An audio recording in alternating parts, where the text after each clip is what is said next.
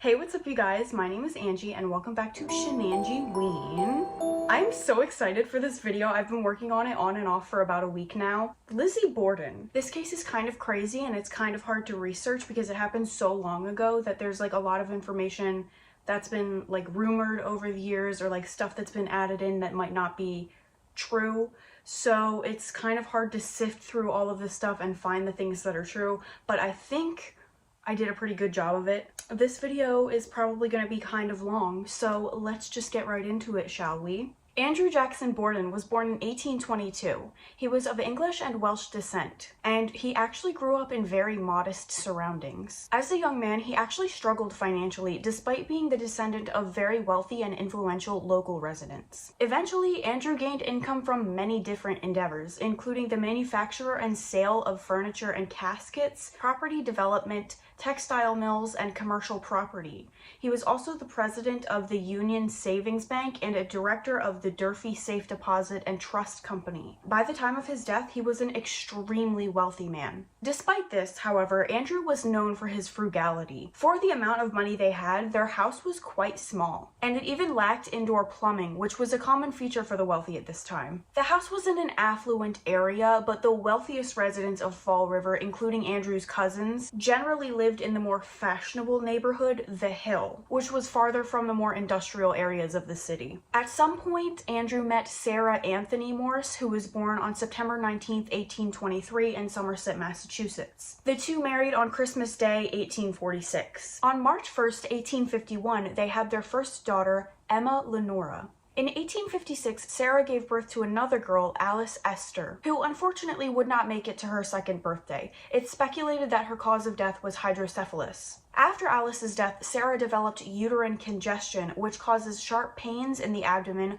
pooling of blood in the veins, bulging veins, and poor circulation. On July 19, 1860, in Fall River, Massachusetts, Lizzie Andrew Borden was born. Can I pause for a second and just say that I am loving these generically male middle names like Sarah Anthony, Lizzie Andrew.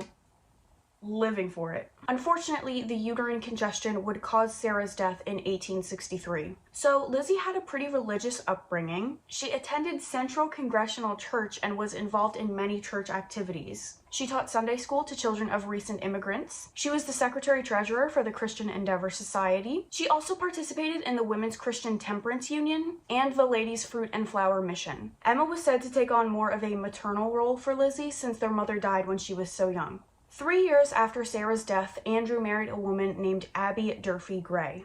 It's kind of hard to find a definitive answer on what Abby was actually like. Some sources say that she was the evil stepmother, some say that she was nice. One thing that is agreed upon, however, is that Lizzie did not like Abby. Lizzie later stated that she called her stepmother Mrs. Borden. She believed Abby had married her father for his wealth. Bridget Sullivan was the Bordens' 25-year-old live-in maid.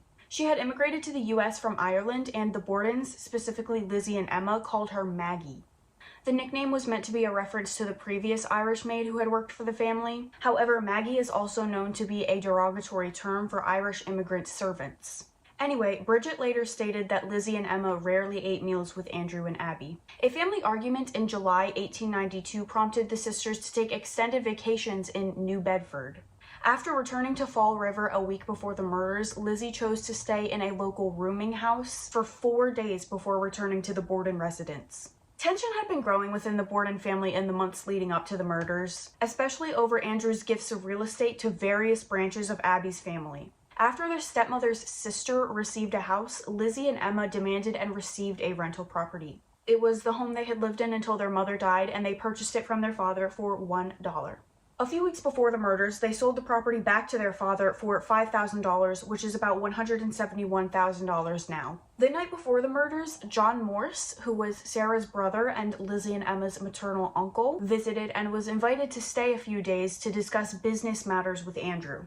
This led to speculation that their conversation, particularly about property transfer, had aggravated an already tense situation. For several days before the murder, the entire household had fallen violently ill. Some believe that this illness was caused by the consumption of mutton that had been left on the stove for several days. Abby feared that they had been poisoned because Andrew was not a particularly popular man in Fall River. Regardless, John Morse arrived the evening of August 3rd and stayed in the guest room that night. Andrew, Abby, John, and Bridget were all present at breakfast the next morning, after which Andrew and John went to the sitting room and spoke for nearly an hour. At around 8:48 a.m., John left the house to go buy a pair of oxen and visit his niece in Fall River, planning to return to the Borden house in time for lunch at noon. Andrew left for his morning walk somewhere around 9 a.m. Although cleaning the guest room was one of Lizzie and Emma's regular chores, Abby went upstairs to do it sometime between 9 and 10:30 a.m. while Lizzie was downstairs ironing some clothes in the dining room. According to her forensic investigation, Abby was facing her killer at the time of the attack. It was later argued that since she was facing her killer and there were no initial self-defense wounds, that the killer was somebody that she knew. Because if you see somebody that you don't know in your house, you're going to be like, hey, what the heck?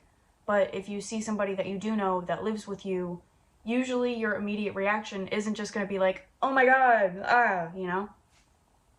She was first struck on the side of her head with a hatchet which cut just above her ear, causing her to turn and fall face down on the floor, which created contusions on her nose and forehead. Her killer then struck her multiple times, delivering 17 more direct hits to the back of her head, killing her. When Andrew returned from his walk at 10:30 a.m., his key wouldn't open the door, so he knocked. Bridget went to unlock the door and found that it was jammed. She would later testify that she heard Lizzie laughing immediately after this, but that she didn't see Lizzie. She stated that the laughter was coming from the top of the stairs. This was considered significant because Abby already would have been dead at the time, and it is said that her body would be visible to anyone on the second floor, but I don't really know if that's true. This was the view of Lizzie Borden walking out of her bedroom the day that her father and stepmother were murdered. When Andrew came home, Bridget testified that she was laughing from upstairs. Why does that matter? Because Abby was already dead. But do you see anything behind the bed? Abby's body was between the bed and the dresser, making it very unlikely that Lizzie would have seen her, unless she went down the stairs and physically turned her head and stared. What do you think? Anyway, Lizzie later denied being upstairs and testified that her father asked her where Abby was. Abby. And Lizzie told him that Abby had received a summons to visit a sick friend. Bridget then stated that she removed Andrew's boots, helping him into his slippers, before he lay down on the sofa for a nap. But this detail was later contradicted by the crime scene photos, which show Andrew wearing his boots. She testified that she was in her third floor room, resting from cleaning the windows, when just before 11:10 a.m., she heard Lizzie yell, "Maggie, come quick, father's dead, somebody came in and killed him." Bridget then summoned their neighbor Adelaide Churchill to the Borden residence. Lizzie then meets her at the door, stating, "Miss Churchill, do not come in, someone has killed father." Andrew was slumped on a couch downstairs in the sitting room. He had been struck 10 or 11 times with a hatchet-like weapon. One of his eyes had been split cleanly in two, which suggested that he was still asleep when he was attacked. His still bleeding wounds and warm body suggested that the attack had been very recent. Mr. Bowen, the family's physician, arrived from his home across the street and pronounced both victims dead. Detectives estimated that Andrew's death had occurred at approximately 11 a.m. Also kind of irrelevant, but Lizzie was 32 when the murders took place. I thought that was interesting because for some reason I always thought she was some teenager or something, but she was 32. Lizzie's initial answers to police officers' questions were at times strange and contradictory. Much like the JonBenet Ramsey case, after the crimes took place, the home was crowded with a lot of people. Doctors, reporters, family friends, so a lot of the evidence was contaminated. Not that they had much to go off of anyway, again, this is 1892. Crime scene investigation was still in its infancy. I actually just googled it, and the first instance of fingerprinting was in 1892, so fingerprinting was just starting to be a thing. They couldn't analyze DNA. All they could do was pull up the carpet, take some pictures, and look around for bloodstains. Which, very odd detail, most of the blood was concentrated around the immediate area of the crimes, so directly underneath the bodies. But for such a violent crime, it's very weird that there wasn't any blood on the walls or anything, because when you're hitting somebody like this, it's gonna fly everywhere. So very weird that there wasn't much of that anywhere, you know? It's a relatively neat sort of crime scene considering the violence of the crime that had taken place. One of the very few things that the investigators were able to piece together from the crime scene was that Abby was killed at least an hour before Andrew due to the coagulation of the blood. So Lizzie states she was downstairs when the murders took place and Abby was upstairs. Now, Abby was a short woman, but she was about 200 pounds. And Lizzie states that she didn't hear any sort of struggle or the thud of a body hitting the floor. Initially, Lizzie reported hearing some sort of groan or scraping noise or distress call before entering the house. 2 hours later, however, she told the police that she had not heard anything and entered the house not knowing something was wrong. When asked where her stepmother was, she recounted Abby receiving a note, summoning her to visit her sick friend. However, after they realized that her father had been murdered, Lizzie recounted that Abby had returned home, so she sent Bridget and Miss Churchill upstairs to look for her. They were halfway up the stairs when they looked into the room and saw Abby laying face down on the floor. Most officers who interviewed Lizzie reported that they disliked her attitude. Some said she was too calm and poised. Police did search her room, but they admitted that it was a cursory inspection. At the trial, they admitted to not doing a full search because Lizzie was not feeling well. And this could be untrue, but I have heard that at the time it was considered improper to look through a woman's things. Either way, the police were subsequently criticized for their lack of diligence. Adelaide Churchill, who saw Lizzie relatively soon after the murders had taken place, testified that Lizzie did not have any blood on her. Police only found a little bit of blood on Lizzie's undergarments, which she claimed was a result of her menstrual cycle. In the basement, police found 2 axes, 2 hatchets, and 1 hatchet head with a broken handle. The hatchet head was suspected of being the murder weapon because the break in the handle appeared fresh. And the ash and dust on the head, unlike the other bladed tools, appeared to have been deliberately placed there to make it look as if it had been in the basement for some time. They suspected that the blood had been rinsed off the hatchet head, and then it was burned or seared to make it look old and ashy, before being placed back in the basement with the rest of the tools. However, none of these items were removed from the house. Just the day before the murders took place, Lizzie was accused of trying to buy hydrocyanic acid in a diluted form from the local druggist. Since this is a poison, the druggist was very particular about who he sold it to and why. Lizzie's reasoning was that she wanted to purchase the acid in order to clean one of her sealskin capes, but the druggist said it wouldn't do that, so he refused to sell it to her. This bit of information was later deemed irrelevant and not used in the trial. The judge ruled that the incident was too remote to have any connection. Because of the mysterious illness that had stricken the household before the murders, the victims' stomachs were tested for poison during their autopsies and nothing was found. Lizzie and Emma's friend Alice Russell decided to spend the night with the sisters following the murders, while John spent the night in the attic guest room, contrary to later accounts that he slept in the murder site guest room. Police were stationed around the house on the night of August 4th, during which an officer said he had seen Lizzie and Russell enter the cellar carrying a kerosene lamp and a slop pail. I guess just like a bucket. He stated that he saw both women exit the cellar, after which Lizzie returned alone. Though he was unable to see what exactly she was doing, he said it appeared that she was bent over the sink. On August 5th, John Morse left the Borden residence and was mobbed by hundreds of people. Police had to escort him back to the house. The following day, police conducted a more thorough search of the house, inspecting the sisters' clothing and confiscating the broken-handled hatchet head. Say that 5 times fast. Broken-handled hatchet head, broken-handled hatchet head, broken-handled hatchet head, broken-handled hatchet head, broken-handled hatchet head. That evening, the police officer and the mayor visited the house, and Lizzie was informed that she was a suspect in the murders. The day after her parents' funeral, Lizzie was found burning a dress on the kitchen stove. Her reasoning for this was that she had brushed up against wet paint and the dress was now stained, so she had no use for it anymore. It was never definitively determined whether or not this was the dress Lizzie wore on the day of the murders. Lizzie appeared at the inquest hearing on August 8th. Her request to have her family attorney present was refused under a state statute, providing that an inquest must be held in private. She had been prescribed regular doses of morphine to calm her nerves, and it's reported that it is possible her testimony was affected by this. Yeah, no shit.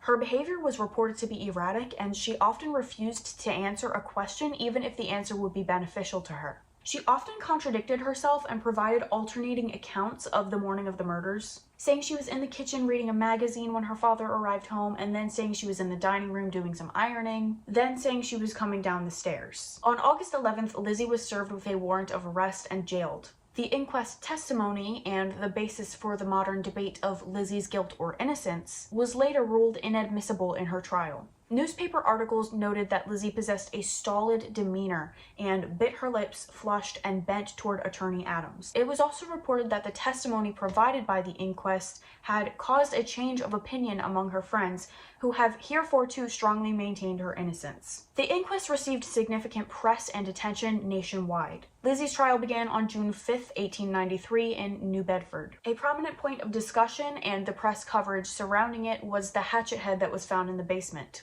which was not convincingly demonstrated by the prosecution to be the murder weapon. Prosecutors argued that the killer had removed the handle because it would have been covered in blood. One officer testified that a handle was found near the hatchet head, but another officer's testimony contradicted this. No bloody clothing was found at the scene, and Alice Russell later testified that on August 8, 1892, she had seen Lizzie burn the dress on the kitchen stove. During the course of the trial, the defense never attempted to challenge this statement. Lizzie's presence at the home was also a point of dispute during the trial.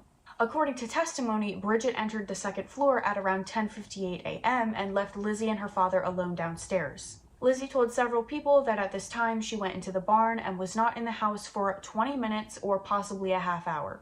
Hyman Lubinsky testified for the defense, saying that he saw Lizzie leave the barn at 11:03 a.m. At 11:10 a.m., Lizzie called Bridget downstairs, told her Andrew had been murdered, and ordered her not to enter the room. Instead, Lizzie sent her to get a doctor. Both victims' heads were removed during autopsy, and the skulls were admitted into evidence for the trial and presented on June 5, 1893. Upon seeing them in the courtroom, Lizzie fainted. Damn, bitch. I would too. The fuck? That's insane. Lizzie did not actually testify at her own trial, which only lasted about 3 weeks. The only time she spoke for herself was during closing arguments, when she said, "I am innocent, I will let my counsel speak for me." After an hour and a half of deliberation, the jury acquitted Lizzie Borden of the murders. The entire courtroom erupted into cheers. Upon exiting the courthouse, she told reporters that she was the happiest woman in the world. The trial has been compared to the O.J. Simpson case in terms of public interest. So, as we all know, to this day, no one has ever been found guilty of these murders. But there are a lot of theories as to who actually committed them, so let's get into some of them. Although acquitted, Lizzie remained the prime suspect. Writer Victoria Lincoln proposed in 1967 that Lizzie may have committed the murders while in a fugue state. As with the Carly Gregg case, another theory was that she was physically and sexually assaulted by her father, which drove her to kill him. While incest is not a topic that would have been discussed at all at the time, there is very little evidence to suggest this. It is also speculated that Lizzie committed the murders after being caught in a tryst with Bridget. It is thought that Abby had caught the two together and reacted with horror and disgust, and that Lizzie had killed Abby with a candlestick. Unable to hide what she had done, she made a confession to Andrew when he got home, and he reacted the same way Abby had, which caused her to fly into a rage and kill him with a hatchet. In her later years, Lizzie was rumored to be a lesbian, as she never married. But there was no such speculation about Bridget, who later married a man and died in 1948. A lot of people actually suspect Lizzie's uncle John Morse, who rarely met with the family after his sister died, but coincidentally slept in the house the night before the murders. According to law enforcement, he provided an absurdly perfect and over-detailed alibi for the death of Abby Borden. Morse was considered to be a suspect by police for a period, but I guess they never actively pursued it. In addition, William Borden, who is Lizzie's cousin and also suspected to be an illegitimate child of Andrew Borden, was noted as a possible suspect by writer Arnold Brown, who surmised that William had tried and failed to extort money from his alleged father. After extensive research on William, author Leonard Rabello proved that William was not Andrew's son. It has also been alleged that William was seen loitering around the Borden house the morning of the murders, but I couldn't find definitive proof of this, so it could just be a rumor. Even though Emma had an alibi visiting friends at Fair Haven, which is about 15 miles away from Fall River, it has still been speculated that she snuck back home, killed her parents, and made it back to Fair Haven in time to receive the telegram informing her of her parents' murders, which doesn't make any sense to me. I googled it, and the time it takes for an average marathon runner to run 15 miles is about 2 hours and 7 minutes, and again, that is for marathon runners. So you're telling me that she ran over 2 hours home, brutally murdered her parents, and then ran over 2 hours back. Not only did she make it back just in time to receive the telegram, but nobody noticed she was gone in that time. This is like at least 4.5 hours, I would think, that she's gone, and like nobody is like, oh hey, where'd Emma go? Like, And again, that's just assuming that she ran the whole way, not even taking into account like walking and stopping for breaks and stuff. Anything is possible, but I highly, highly doubt it. Anyway, at the time of his murder, Andrew's estate was valued at $300,000, which is $10 million today. Emma was the sole inheritor of the fortune until Lizzie was acquitted, and she used some of the inheritance money to cover Lizzie's legal costs. Once Lizzie was acquitted, she received her portion of the inheritance. The girls bought a 14-room Queen Anne Victorian home in that fancy neighborhood, The Hill, remember? Lizzie named the home Maple Croft and began going by the name Lizbeth. They had a staff that included live-in maids, a housekeeper, and a coachman. Despite the acquittal, Lizzie was ostracized by the Fall River community. She was actually banned from her church following the murders. Her name was once again brought into the public eye in 1897 when she was accused of shoplifting in Providence, Rhode Island. Lizzie loved animals. She had many dogs. She never spoke about the case publicly, never did any interviews. She just took her money and her dogs and fucked right off, I guess. Love that for her.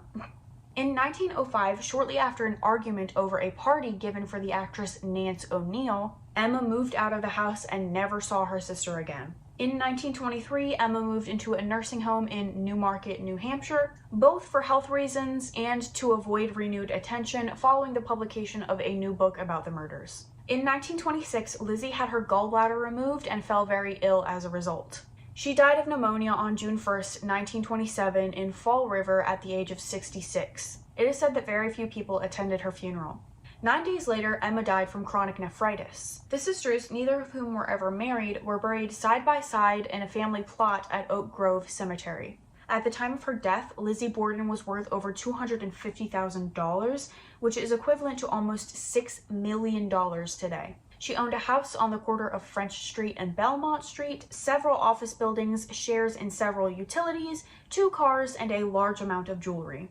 So obviously it's speculated that she killed her parents to get the money because she resented her dad for being frugal and making them live this like frugal life, and she was just like, dude, I want to live in the hill. Dad, you're kind of cramping my style right now.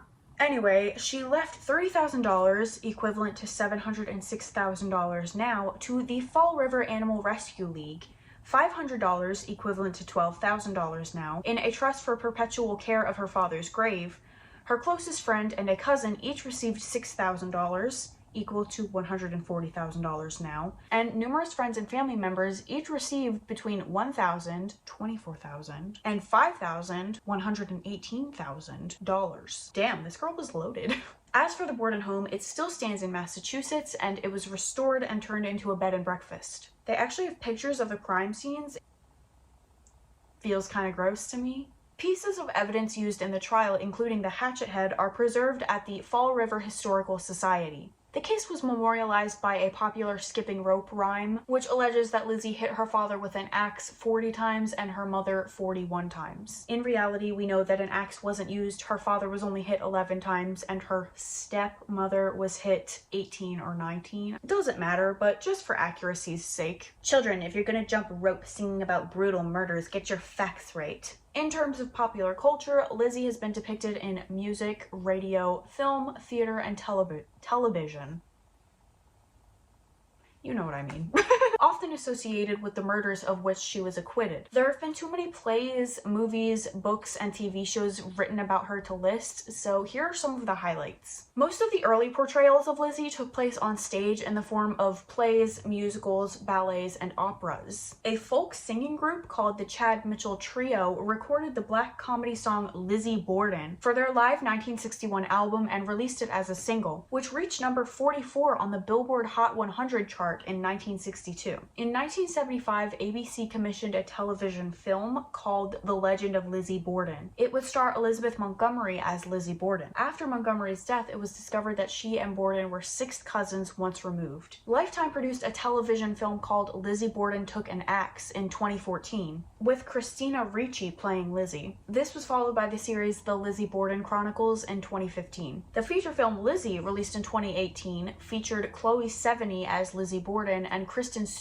Stewart as Bridget Sullivan. It depicts a lesbian tryst between the two, which eventually leads to murder. Lizzie Borden even had an American heavy metal band named after her. One more thing that I thought was interesting that I wanted to include was that since Lizzie's jury was all men who were under the impression that women cook and clean, women no kill people. 48 Hours actually did a segment on their Lizzie Borden episode where they gathered a group of people, men and women, to have them do a mock trial and have them decide on a verdict based on today's standards, using only the information that was presented in the original trial. So it's the same trial, different jury. On both accounts, Andrew and Abby's murder, the jury was hung. So what do you think? Did Lizzie do it for the money, or was she just in the wrong place at the wrong time? If I'm honest with you guys, I wanted to start making this video because I saw a couple of TikToks that were like, Lizzie is innocent. I was like, oh my god. So I started writing the script thinking I was gonna make some like revolutionary video that would change the public's perception, prove Lizzie innocent. But then I realized that a lot of those TikToks are just hearsay. People being like, Well, actually, the axe was never found in the house, and Lizzie didn't inherit any of her father's money. but like I haven't seen any proof to back it up. So